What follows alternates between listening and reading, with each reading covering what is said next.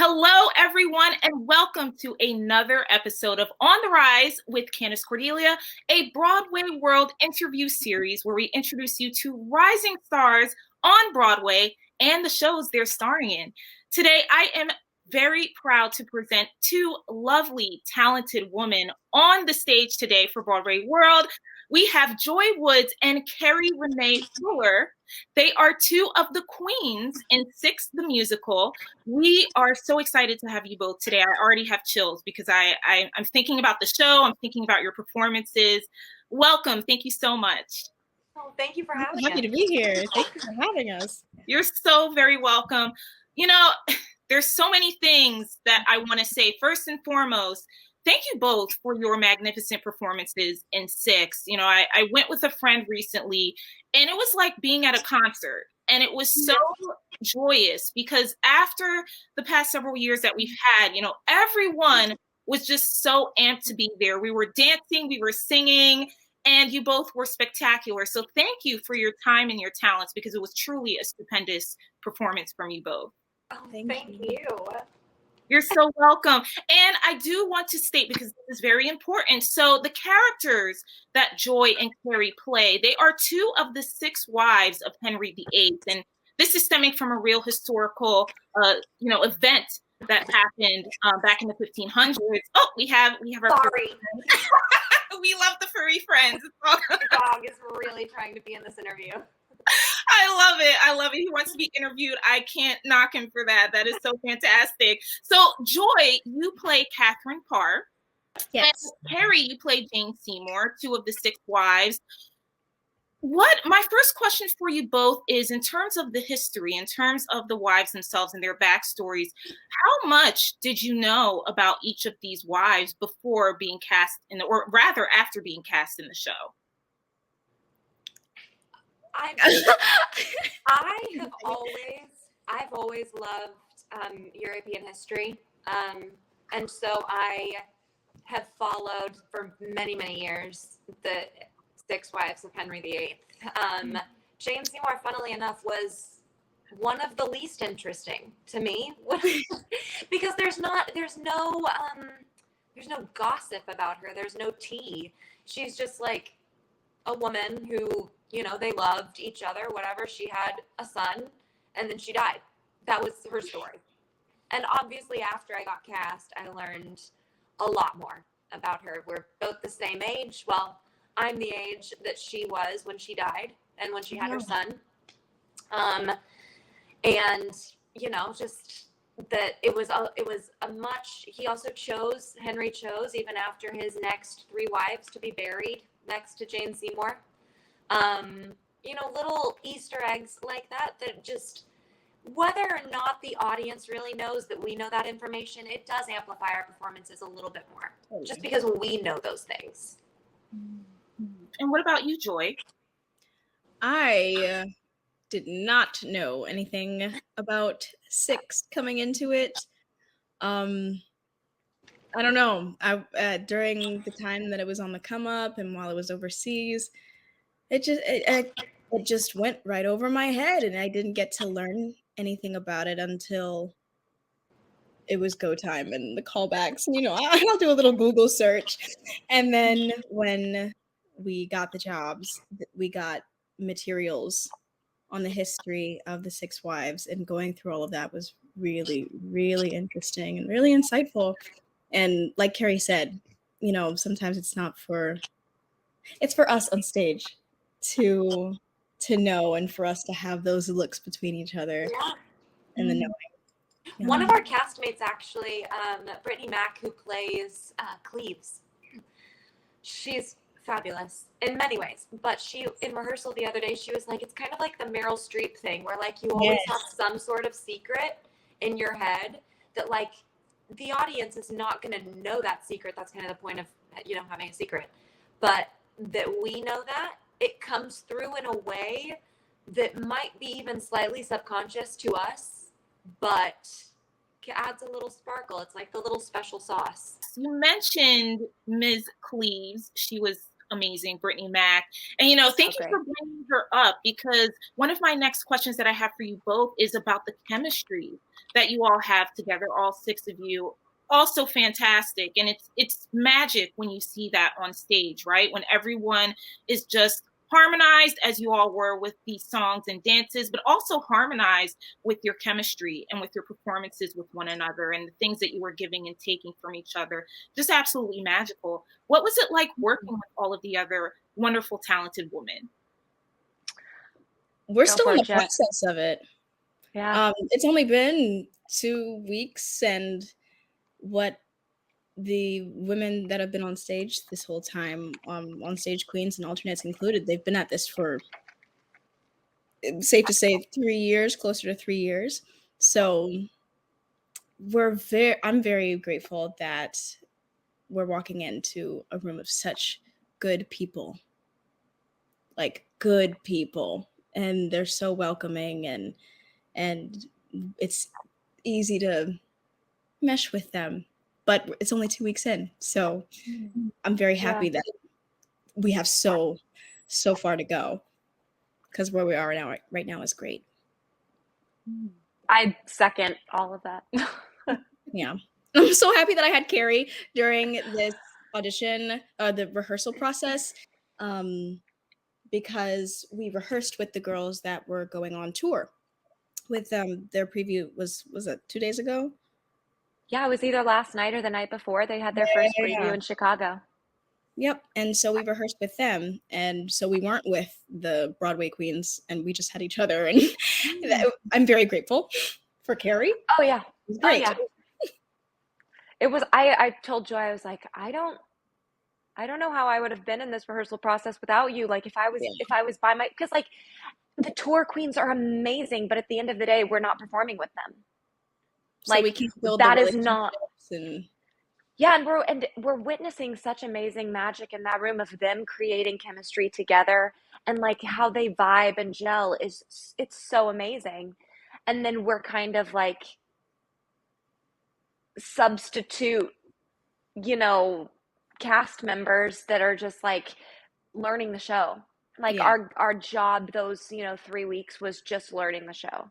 And then luckily through that, Joy and I created a good chemistry of rehearsing with each other, and then with all the dance team as well. And then we started rehearsing with the alternates, the Broadway alternate queens, which they're just superstars in their own rights. They are like, I don't know how they keep that information in their heads. I can barely keep track of my role. I don't know how they do 3. It's like very sneakily hard. Yeah. It's very intricate. Yeah. And I think we only had one rehearsal with the Broadway queens that we were going to be performing with every night. And then we were in our put-in rehearsal, and then we were on stage. So it was a very fast-tracked process, which I'm so proud of us for, like, that we kept up and we held our own, and that we are, joining a cast of very, very comfortable people. Like they're comfortable with each other. We've crazily enough been able to establish this kind of trust in such a short period of time, which is imperative to this production, because trust is what can build chemistry, and chemistry is what we feel on stage and the audience feels. So it's been all around, like, I'm so excited to see the deeper chemistry that we find over the next, several shows. And yeah, it's very fun. It's always different. It's a consistently evolving organism. Yeah. And for you, Joy, this is your Broadway debut. So this experience has to be even more, heady and amazing and all the things. So talk to us more about what it's like having this particular part and this show being your Broadway debut for you.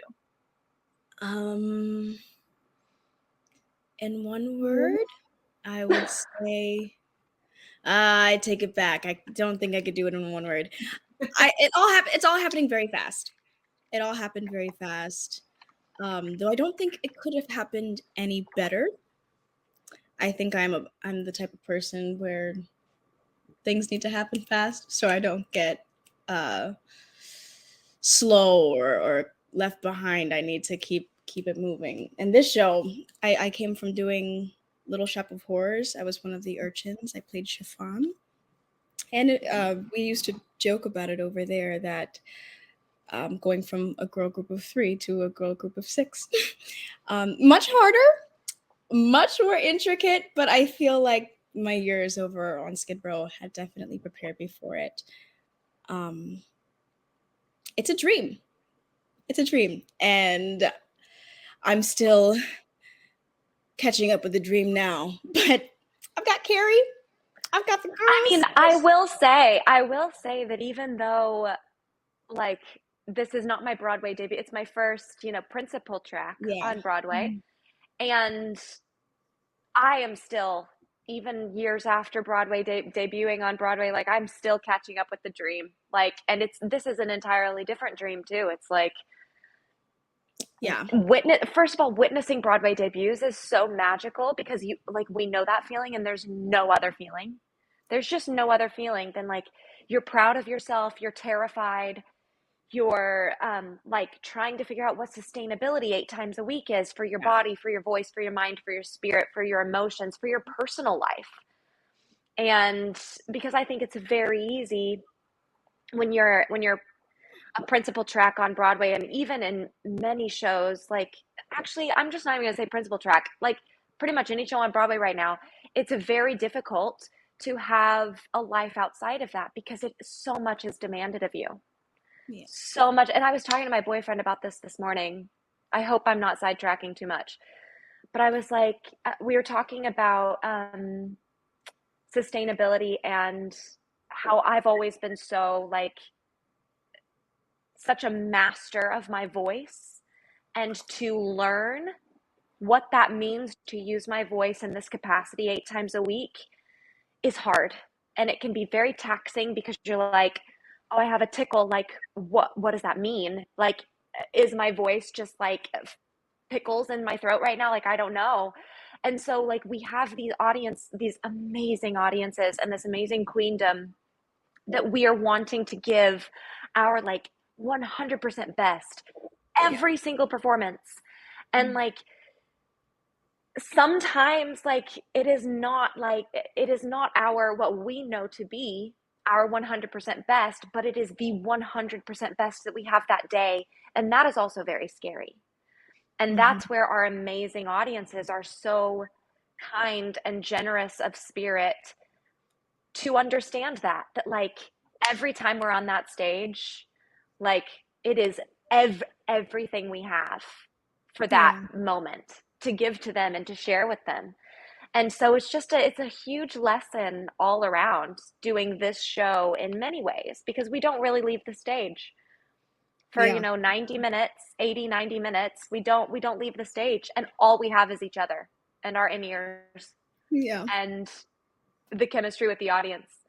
And so there's just so many moving pieces that is what I think makes this show so unique and this experience so unique, and what is so amazingly fun for audiences to come see 8 times a week. Yeah. And that's why the chemistry thing is so important. Yeah.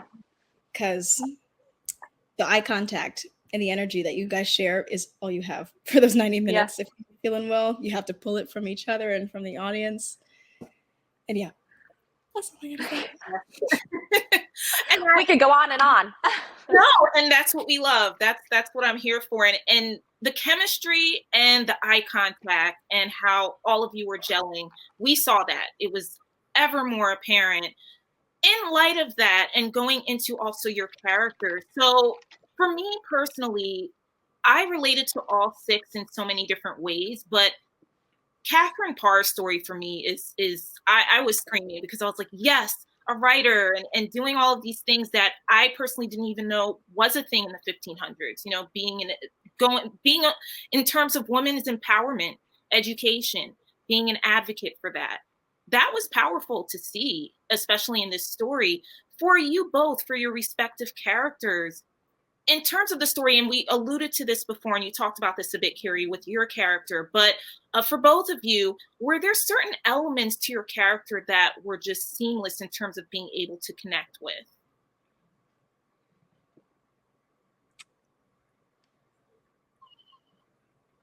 I mean, I love a good dad joke. I love was gonna say.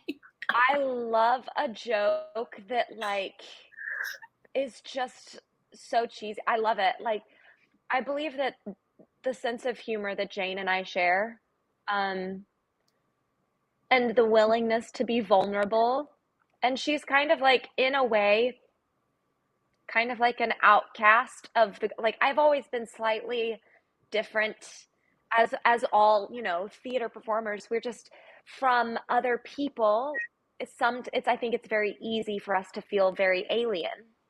And I very much resonate because Jane Seymour does not derive her power from you know, like I'm a better woman without Henry. That's not what Jane Seymour derives her power and her empowerment from. She derives her empowerment from I loved him. And I'm convicted in that. And I didn't do it the way that a lot of women probably would have, but like I trust my decisions.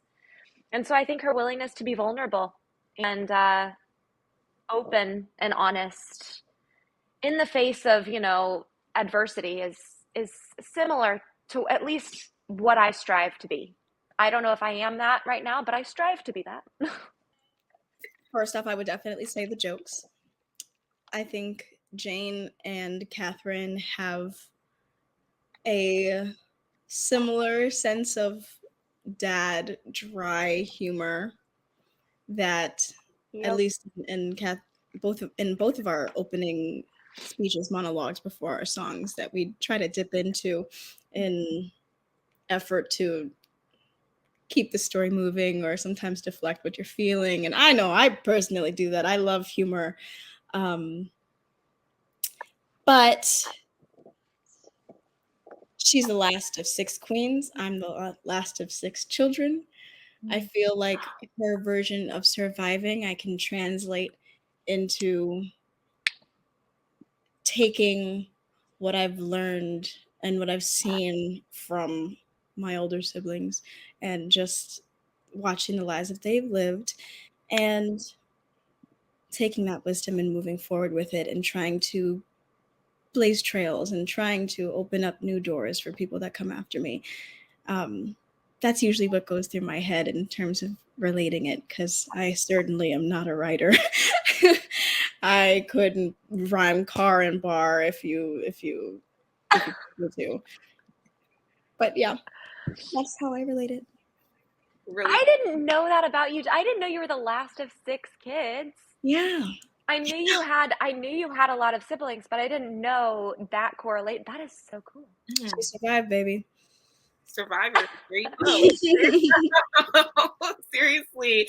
You know, I want to pivot into the Queenspiration. You know, this is a story set behind the backdrop of the 1500s, but in a very modernized way, Totally. which is fantastic. And we have to talk about the Queenspirations for you both, because the songs are pretty much like modern day pop rock type songs, and ballads too. So I understand, you know, there's different Queenspirations, but for you, Joy, for your character, I believe Alicia Keys is one of the Queenspirations, and for you, Keri, for your character, Adele is one of the Queenspirations. And you can see this in the portrayal with your characters, especially when you're getting into the songs and dances.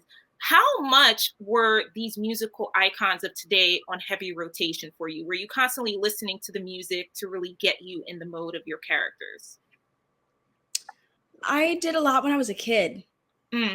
So it's normally in rotation. She's normally in my playlist, so I didn't have to up the ante at all. But I do remember Alicia Keys' songs were many pivotal moments in my upbringing, like dance classes.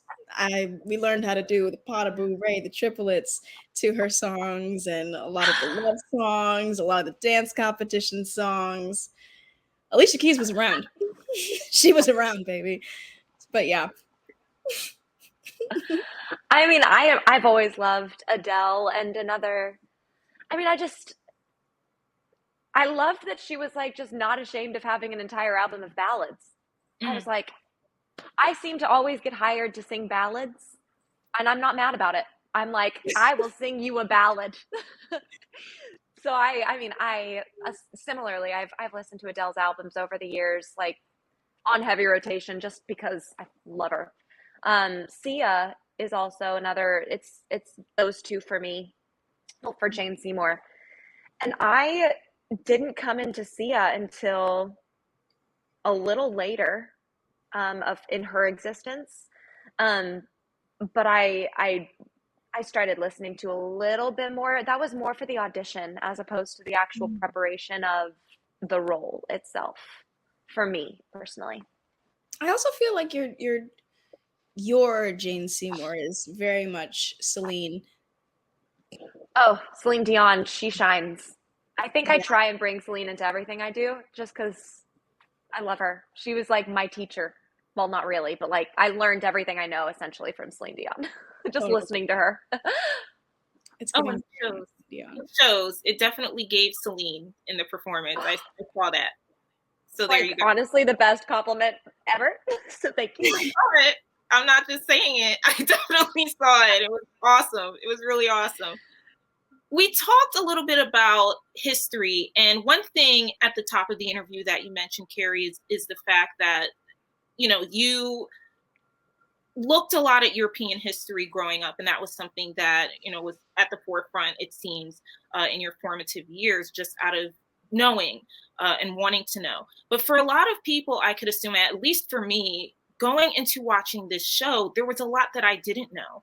The only thing that I personally knew about was Anne Boleyn's story, which seems to be something that a lot of people can relate to. So going into watching this show was such a joy, no pun intended, joy. It was really a joy because it was a history lesson too. It was a concert, but it was also a history lesson that I think is very important for particularly young girls growing up to understand and to know, because a lot of the themes are still relevant to modern day. What would you like for anyone going to see this play or show rather, and coming out of it? What would you like for them to take away from? Like, what are the things that you would want them to really understand and really unpack as they think more about the show after seeing it and going home?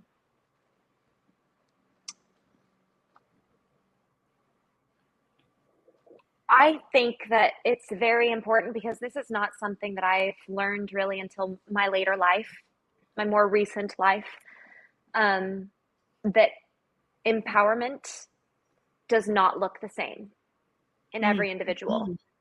Mm-hmm. The way, like, what is important to me to inhabit, the qualities that are important to me to inhabit is not necessarily going to be the same woman to woman. And I think that is incredibly important. I think that there's a reason that there are 6 very different archetypes of women on that stage. And there are gradients even between those 6.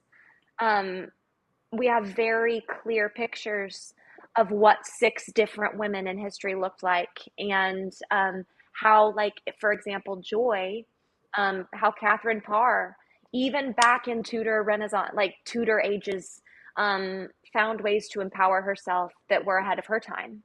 I think that what I have learned doing this show is that superpowers look different to everyone, and it's up to us to decide what we want our superpower to be, and then come hell or high water, don't betray that for love nor money. You just go. That's what I want to take away from it. So I'm hoping that, little girls, little boys, I don't even care, like, you do not have to be female identifying to come away from this show with a lesson. Your answer was so good about we've kind of talked about this though, like, yeah, and I got stuck on it. That's why I forgot the question, because that's just so that hit that snuck in and went between my rib bones.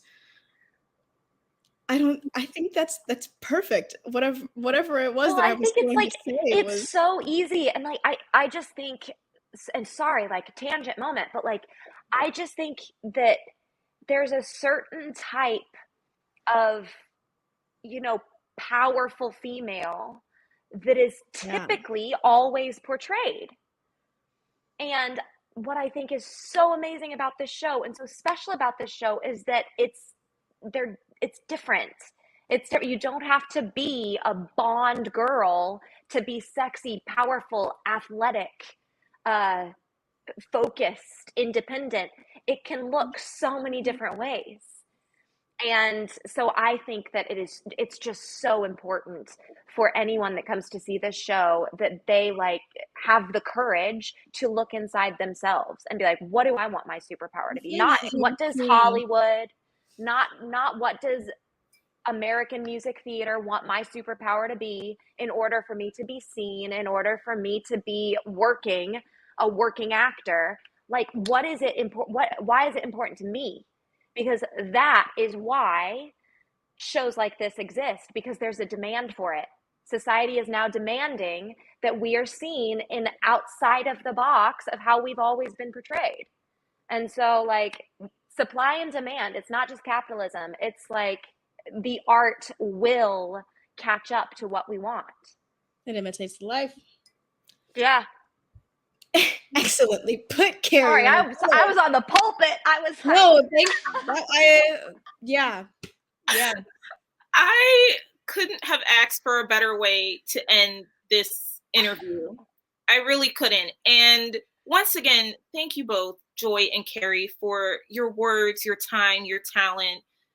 Anyone watching this, seriously, you have to see Six the Musical, because it is, and I'm not just saying this because I have these lovely women here on the show today, it's life-changing. It really is. And it's such a great show to see after everything that we've been through as a world unit.